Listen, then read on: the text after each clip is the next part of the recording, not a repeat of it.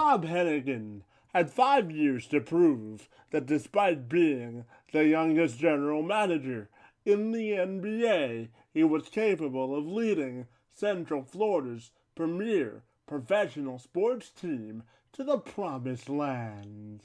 However, that's a test that he failed miserably, failing to guide the Magic to the postseason during any part of his tenure, leaving upper management to feel it was time to make a switch. Nick Granitz is a producer for ESPN 580 in Orlando. He joined yours truly on Friday to discuss the state of the team and the direction they want to go. First of all, Nick, we want to take the time and welcome you to the Two Man Advantage podcast, and we're excited to talk some Orlando Magic basketball with you this afternoon. I'm excited to be here. Thanks for having me. So when we look at Rob Hennigan's firing, certainly he had five years and never made the playoffs. So we'll start you off today, Nick, with a two-part question. How much do you think his youth and inexperience in the position hurt him, and where does Orlando go from here? Oh, wow, Rob's youth and inexperience. How much did that hurt him? I think that Rob's plan may have been a good plan. It was a very similar plan to what Sam Hinkie sold in Philadelphia. I think more of it had to do with exactly what we talked a lot about on ESPN 580 and what Alex Martin's Magic CEO discussed during the dismissal discussion he had with the media in his press conference, that sometimes you have to make your own luck, and Rob ended up on the outside looking in quite a bit. So I don't know if it was necessarily Rob's inexperience. I think people will be quick to throw that on the fact that he was 30, that even when he was fired, he was still the youngest GM in the NBA at the time.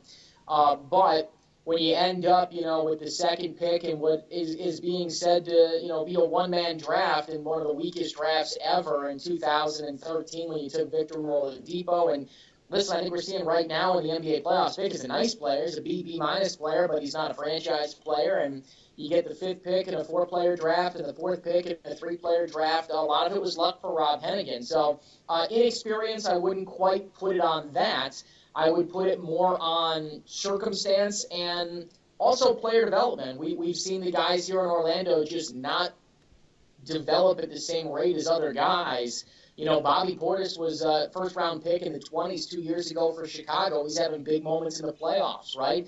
Look at some of the young guys having big moments. The Magic have not developed guys quite like that. So I think scouting and development is going to be a big topic of discussion over the next couple of weeks while the Magic search for their next GM. And what's next? I think what's next for Magic fans is sitting and waiting, because Alex Martin's made it clear that there are members of playoff team front offices that they want to talk to, that they're going to wait to talk to. And you saw the report today about David Griffin, potentially the GM of the Cleveland Cavaliers. His name is out there. Adrian Wojnarowski of Yahoo's The Vertical reported that earlier today. I think the Magic are going to look for some guys in playoff team front offices to hire as their next GM. And how much do you think experience with the next hire will play a factor in who they hire? I think it'll play a big factor. You see David Griffin's name out there, of course, the architect of a championship team, a team that's made it to 2 straight finals. Now, we could debate how much LeBron and how much David Griffin had to do with those two situations there in Cleveland, but I think that's the kind of guy they're going to look for, someone with experience, either as a number 2 in a winning front office. Michael Zarin, who's with the Boston Celtics, his name has been out there. Schlenk, who's over at Golden State, if I'm even saying his last name correctly. A lot of guys whose names maybe we don't know, but have been around quite a bit. And, let's not forget about Matt Lloyd, who's the interim GM right now, and I almost have to say this, but he'll be considered for the job too, though I do doubt that he'll get it. Experience is going to play a very, very large role, I think, in what the next guy and who the next guy is. It's whether or not the Magic as a team can attract someone with a lot of experience, because Rob Hennigan is gone, but he left the cupboard quite bare, I think, for the next guy. And how do you think Rob Hennigan's firing will affect head coach Frank Vogel? Not at all. Frank is, and they're doing this backwards a little bit, but Frank is in this first year of a 5-year contract. Frank is here to stay, I think, for at least the next 2 seasons and probably longer because this team's had 4 coaches in 3 years. You can't fire another head coach. I don't care how happy or sad fans were with the 29-win season, and that's what the Magic ended up with. Frank Vogel's a good coach. He's a well-respected coach, and perhaps Frank Vogel will be the difference between attracting a B-minus GM and a B-plus or A-minus because he's so well-respected. But Frank Vogel's not going anywhere, nor do I think he should. I think Frank's a good coach and can be the guy that turns things around here in Orlando. Now, how much do you think the trade of Victor Oladipo affected Rob Hennigan and the inability to attract major assets to turn around the team? I think that trade had quite a bit to do with Rob Hennigan's eventual undoing, if anything, because it was a disaster for Orlando. You do give up young assets, and I'm not a Victor Oladipo believer. I feel like I say this every day on ESPN 580 that Vic is a nice player. He's a B-minus player, and he's probably the 6th man on a team that makes a deep playoff run, if not a championship team. But we're seeing right now in Oklahoma City, he's not the kind of guy that can be the second option on a team that's playing in the playoffs. It's just not true. He doesn't finish well enough at the basket. He doesn't shoot well enough from the outside. It's really where you don't want to be as a ball player. You give him up, though, and he is a young, good defensive player. I'll give him that. And Sabonis, and you get Serge Ibaka for what, 49 games, 50 games? You took it kind of on the chin there if you were Rob Hennigan quite a bit. You turned it into Terrence Ross and what has turned out to be the 25th pick of the draft, but that's not equal return, and I think that is not the only reason why Rob Hennigan's gone. It's more 5 years, no playoff berths, the longest drought in franchise history, but that's a nice exclamation point quite at the end there. And what has been the fan reaction in Central Florida about the direction of the Magic and the firing of their GM? I think a lot of fans were ready for this to happen. I think some fans are split. They feel like it came either a year too late or Rob used one more year to turn this around. But I think fans as a whole are glad that a move was made because this team hit a wall this year. You went from 35 wins to 29.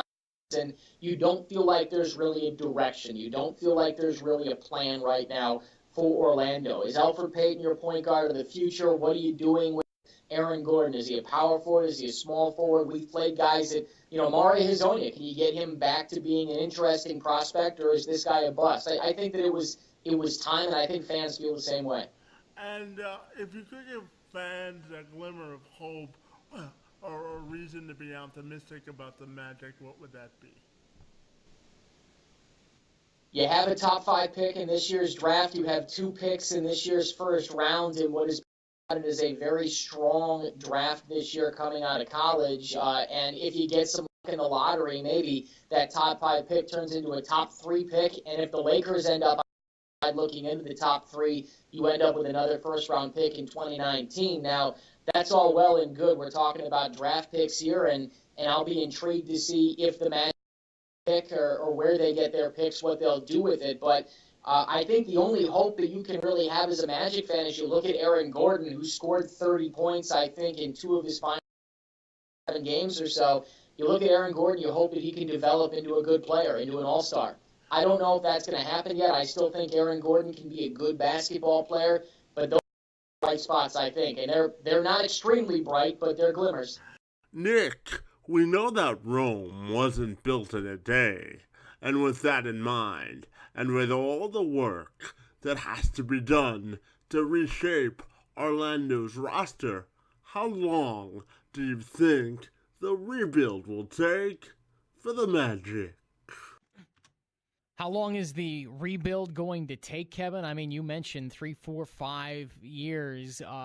We kind of need to see where things are going to smooth out here for the Orlando Magic because we don't know what pick they're going to have right now. You look at what the draft lottery setup is. They could have 4 picks inside of the top 35 or something like that this year when you count in the Clippers. And if the Lakers get a first-round pick in this year's draft, they get a top 3 pick. The Magic will be conveyed 2 second-round picks, one this year, one next year. If the Lakers don't get a first-round pick this year, meaning they fell outside of the top 3. The Magic will get a first-round pick in 2019. So we kind of have to look at that. But right now, the way things exist, it's hard to really be positive about how long this is going to take. I think we're at least 3 to 5 years away, depending on how Aaron Gordon develops, whether or not Elfrid Payton is the answer moving forward for the Magic, or if the new GM comes in. I mean, the real question for him is, smooth out the roster.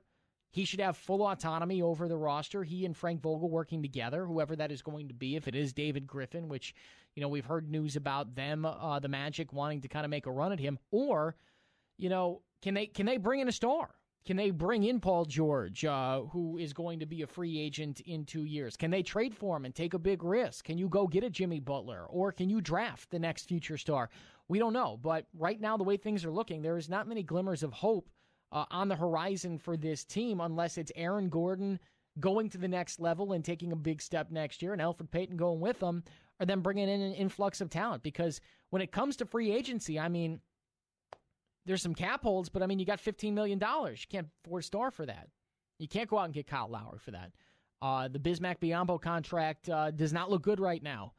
We will kind of have to see how it goes. Appreciate being on, Kevin. Thanks, and have a great day.